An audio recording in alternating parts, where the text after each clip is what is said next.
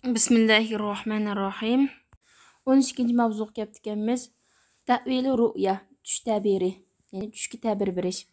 Yusuf alayhissalom o'z nasiyatdan bekor bo'lgan chaqda u ikkisiga tushning ta'birini deb berdi va mundaq dedi: "Sizlarning biringlarga kelsak, xo'jayiniga aroq beridi, ya'ni xo'jayinini aroq bilan sug'uridi. Yana biringlarga kelsak, darga esilidi va qushlar uning beshidan yeydi."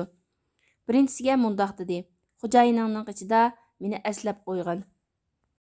Va heliqi ikki kishi chiqdi, ya'ni turmadan chiqdi va oldidagisi podshohga soqi bo'ldi, ya'ni podshohni sug'og'uchi bo'ldi. Choy beradigan, suv akab beradigan mushundoq. Yana birisi darga esildi. Heliqi soqi, ya'ni podshohning choychisi yoki suvchisi Yusufni podshohning qishida aslab qo'yishni unutib qoldi. Yusuf turmada yana bir necha yillar turdi. Turmada yana bir necha yil qolib qoldi, ya'ni 13-ci Ru'yal Maliki, podshohning tushi. Misrning podshohi ajoyib bir tush ko'rdi. Tushida 7 semiz kalini ko'rdi va bu 7 semiz kalini 7 o'ruq kala yedi. Podshoh 7 yeşil başaqni ko'rdi va yana 7 qurg'oq qurib qolgan başaqni ko'rdi. Podshoh bu ajoyib tushdan hayron qoldi, ajablendi va o'zining so'rindoshlaridan, vazir vuzirolaridan Julasa Ahu degan bu tushning ta'birini so'radi va ular deyishdiki, bu hech qanday bir narsa emas. An-naim, ya'ni uxlayotgan kishi degan la haqiqata laha, haqiqati yo'q nurg'un narsalarni ko'rdi. Lekin heliqi choychi yoki suvchi dediki, yo'q, balki men sizlarga bu tushning ta'birini deb beraman. Va heliqi soqi turmaga berib Yusufdan podshohning tushining ta'biri haqida so'radi. Yusuf nayt sehi, karim isil va Alloh taolaning bandalariga ich og'irtadigan kishi bo'lg'achqa uningga tushining ta'birini deb berdi. Yusuf mard, sehi, isil, bexillikni bilmaydigan edi. Yusuf tushning ta'birini deb berdi va uning tadbirini ko'rsatib qo'ydi. Va mundaq dedi: 7 yil teriqchilik qilasizlar va mo'lusul olgan mo'lusulni boshqada, ya'ni bug'doyni boshqada qo'yib qo'ysizlar. Faqat qalilan mimma ta'kulun. Sizlar yeyishinglar uchun ep qo'ygan azroqdan boshqani. Va uningdan keyin umumyuzlik qahatchilik, qurg'oqchilik bo'ladi. Sizlar mushu qurg'oqchilik bo'lib ketgan vaqtida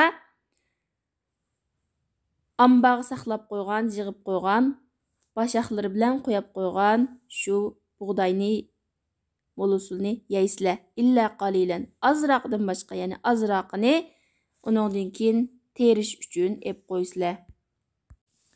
Bu qurg'oqchilik 7 yilgacha so'ziladi. Uningdan keyin nusrat Allohning yordami keladi va kishilar mo'lusullikqa erishidi. Soqi ketdi va podshohga uning tushining ta'birini deb berdi. 14-ci Al-Maliku yursilu ila Yusufa. Podshoh Yusuf alayhissalomga elchi avatidi. Heliqi podshoh bu ta'birni anglab va bu tadbirni anglab nayt xushal bo'ldi va dediki, bu ta'vilning egisi kim, ya'ni bu ta'birni bergan kishi kim dedi. Va mundaq dedi: bu isil mard, sehiy kishi kim bo'ladi? Bizga nasihat qilgan, samimiy bo'lgan va buning ta'birini bizga deb bergan. Va heliqi soqi choychisi dediki, bu rostchil Yusufdir. Va u kishi bo'lsa, ya'ni Yusuf menga podshohga o'zlariga soqi choychi bo'lishimni, bo'lganligimni deb bergan. Heliqi podshoh Yusuf bilan uchrashishga mushtaq bo'ldi, ya'ni Yusuf bilan uchrashqisi keldi va Yusufga elchi avatdi, odam avatdi. Va podshoh shundoq dediki, "Ituni bihi, uni apkilanglar, qishimga apkilanglar, men uni o'zimga xos kishi qilib olay." 15-ci Yusufu yas'alu taftisha. Yusuf alayhissalom tekshirib aniqlashni so'raydi. Podshoh avatgan kishi Yusuf alayhissalomning qishiga kelgan chaqda uningga mundaq dedi: "Podshoh sizni chaqiryotidi." Yusuf turmadan mushundaqla chiqib ketishga rozi bo'lmadi. İnsanlar mana bu Yusuf ilgari turmada edi, chunki u aziga xiyonat qilgan deb mushta deyishsa, Muşundaq deyilsə, muşundaqla türmüdən çıxıb ketishga razı bo'lmadi. Yusuf kana kabiran nafsi, öz-özünü hürmet qıladigan, yani vicdanlıq, əbiyyan pak idi. Yusuf nəhayət aqıllıq, kabiral aqli zakkiyan, hər işkilisi nəhayət aqıllıq idi. Əgər hər qandaq bir kişi türmədə Yusufның ornida bolsa və onunğa padişahның adımı kəlsə və padişahның adımı onunğa padişah sizni çağırıvatıdı və saxlavatıdı desə, bu kişi çoxum türmənin işkiga aldıraydı və çıxıb ketətdi. Lekin Yusuf aldırmadı. Velakinne Yusuf lem yesta'cil, bu mu aldırmadı. Belki padişahның əvətki adımı şundaq dedi ki, mən təkşürüşni istəymen. Mən mening məsələm haqqında təkşürüb baxışni istəymen, xalayman. Padişah Yusuf haqqında so'radi və padişah bildi və kişilərmi bildi. Yani Yusufның günahsız ekanligini bildi. Yusuf axlanğan halda, pak halda türmədən çıxdı və padişah Yusufni hürmətledi. 16-cı ala xazainil ardi, zəminnin xəzinələrə. Yusuf insanlarda amanatның azlığını bilətdi. Yusuf insanlarda xiyanatның köplüğünü bilətdi. Yusuf insanlarning Allahның mallarida xiyanat qılıyatqanlığını gördü və zəmində xəzinələrning nəhayət köplüğünü, lekin zaya bo'lib ketayotganligini gördü. Çünki o xəzinələr zaya bo'lib ketayotganlığının səbəbi iş üstüdəkiler, əmirlər bu mal mülkdə, yəni Allahның xəzinələrində Allahdan qorxmaydı. O əmirlərinin, yəni iş üstüdəkilərinin işləri yaydı və insanlar yeydigan nəsə tapalmaydı. Ularning öylləri kiyətdi, yəni öyleriga rəxlərini atıb qoyub müştaq keydirətdi, lekin insanlar kiydigan nəsə tapalmaydı. İnsanlar zəminnin xəzinələrə, yəni zəminnin xəzinələrə məsul bulduğan kişi faqatla saqlıqçı və ilimlik kişi bolsa anda razı bulatdı. Kimki saqlıqçı bolsa və ilimlik bolmasa, zəminnin xəzinələrinin nərligini bilməydi və onundan qandaq faydalanışını bilməydi. Kimki ilimlik bolup, o saqlıqçı amanətlər bolmasa, onunda yevolatdı və onun xiyanat qılatdı. Yusuf saqlıqçı amanətdar ilimlik kişi idi. Yusuf əmirlərini, kişilərinin mal-mülklərini yevoladigan halətdə qoyub qoyuşunu xalamaydı. Yusuf insanlarni aç holatda, ülyotgan holatda mundaq ko'rishga taqat qilolmaydi. Taqat yetmaydi, qodir bo'lolmaydi. Yusuf haqdan hayo qiladi. Shuning uchun podshohga mundaq dedi: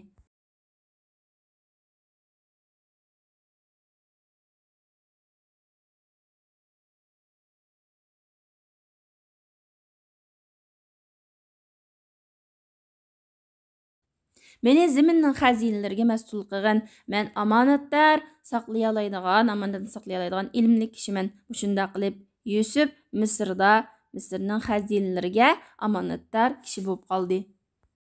Kişilər nəhayət aram tapdı və Allah Taalaga hamd aytishdi. O yerdə Misrda Sexi, Yusuf Aleyhisselamның qarindoshları gəldi. Misrda və Şamda xəzinələrə məsul gələn Yusuf Aleyhisselam xəbər qılğan oxşaş. Şam xalqı yeməklik anladı və Yaqub anladı. Misrda bir mehri şəfqətlik, bir mehriban kişinin balığını anladı. Yaqub Aleyhisselam pərzəndlərini Misrga mal-mülk bilan əvətdi. Açlıq edib keliş üçün. Bunyamin dadısının qeşida qap qaldı, çünki Yaqub onu yaxşı görətdi. Bək yaxşı görətdi və onun özüdən yıraqlab ketishini xalamaydı. Və Yaqub onundan əsirəydi, xuddi Yusufdan əsirgəndək. Yusuf Aleyhisselamның qarindoshları Yusuf Aleyhisselam tərəfə qarab, yüzləndi, yolğa çıxdı. Və ular onun özlərinin qarindoshi Yusuf Aleyhisselam ikənligini bilməydi.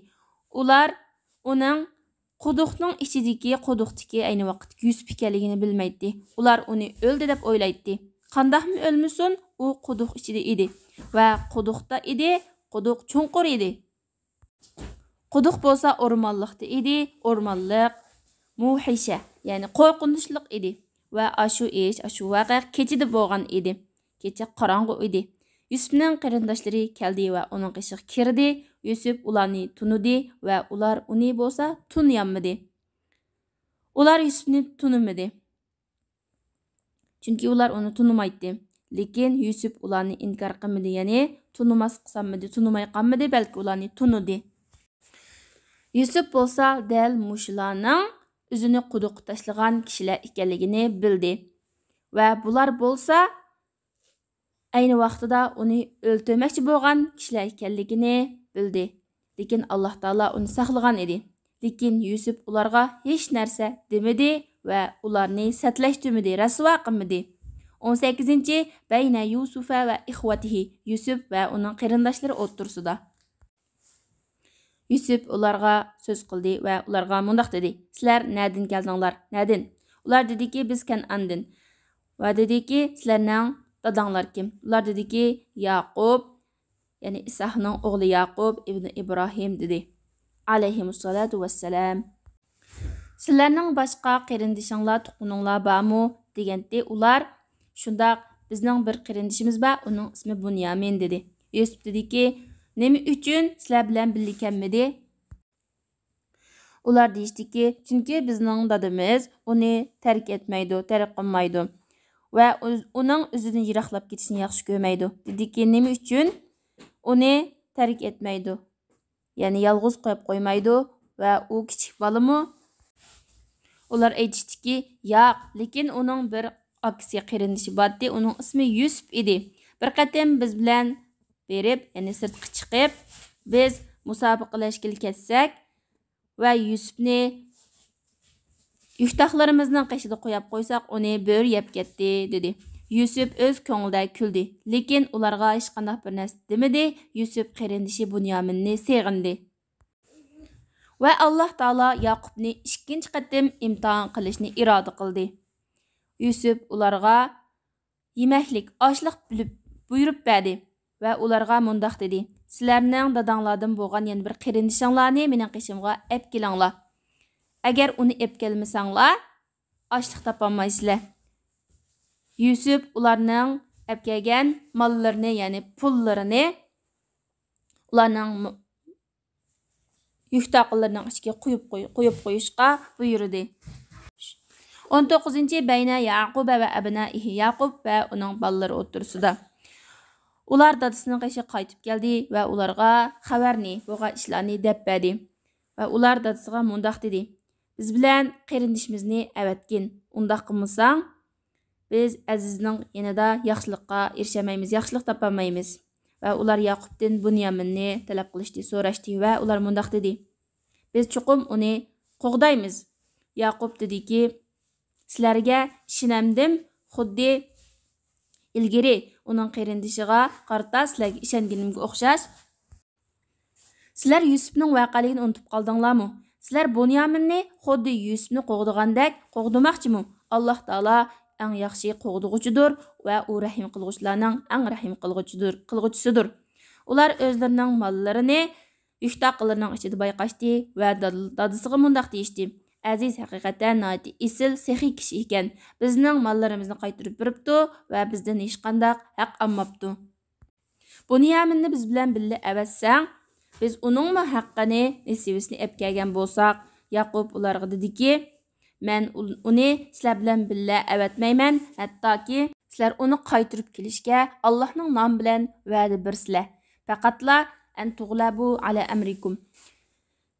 Bu ishda, ya'ni uni qo'g'daymiz deb mag'lub bo'lsanglar, bu uningdan mustasno. Ular Allohning nomi bilan Yaqubga va'da berdi. Yaqub mundaq dedi: "Alloh taolo bizning deyishgan bu gaplarimizga kepildir." Yaqub farzandlari mundaq dedi: "Ey bolalarim, sizlar bir eshikdan kirmanglar, balki boshqa eshiklardan kiringlar." 20. Bunyaminu inda Yusufa. Bunyamin Yusufning qishida. Qarindoshlar xuddi dadasi ularni buyurgan o'xshash boshqa eshiklardan kirdi va Yusufning qishiga yetib keldi. Yusuf Bunyaminni ko'rgan chaqda nihoyat bak xo'shib ketdi va uni o'zining uyiga tushirdi, ya'ni uyiga o'rinlashtirdi. Yusuf Bunyaminga mundaq dedi: "Men sening qarindishing." Va Bunyamin xotirjam bo'ldi. Yusuf Bunyaminga uzoq vaqtdan keyin uchrashdi. Shunga onasini va dadasini esladi va uyini kichik vaqtini esladi. Yusuf Bunyaminning o'zining qishida qilishini istaydi, xohladi va har kuni ko'rib turishni xohladi. Darsning davomi yana davomli yo'llanadi. Assalomu alaykum va rahmatullohi va barakatuh.